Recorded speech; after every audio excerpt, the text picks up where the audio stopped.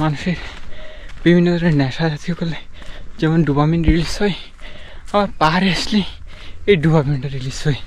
এত সুন্দর সুন্দর জায়গাগুলো দেখলে মানুষ কেমন না আসে থাকতে পারে। আমি এসব জায়গা খুঁজি, বারবার এই পাহাড়গুলোতে ছুটে আসি। যারা আমার মতো পাহাড়ের ট্রেকিং প্রিয় আছেন, তারা যদি কখনো মিরিঞ্জা আসেন, তবে আপনারা মিরিঞ্জা বাজার থেকে এই পথটা ট্রেকিং করে একটা পাহাড়ি গ্রামে যেতে পারেন।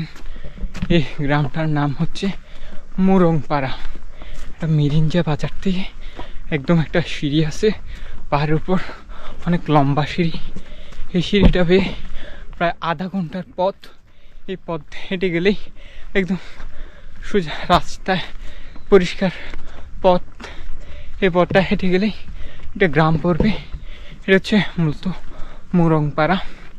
আমরা যখন ওদের কাছ থেকে জিজ্ঞেস করেছিলাম ওদের পাড়ার নাম কি, তাহলে ওরা বললো পৈট্টা।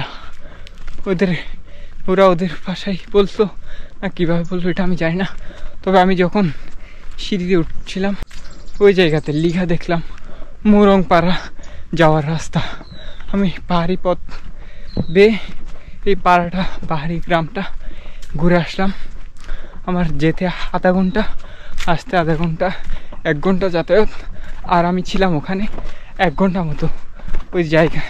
ওই গ্রামের বিভিন্ন মানুষের সাথে কথা বলেছি, তাদের কিছু সংস্কৃতি, তাদের ছোটো ছোটো বাচ্চা, তাদের ঘরে কীভাবে তারা থাকে, এসব বিষয় দেখেছি। এখন আমি ব্যাক করছি।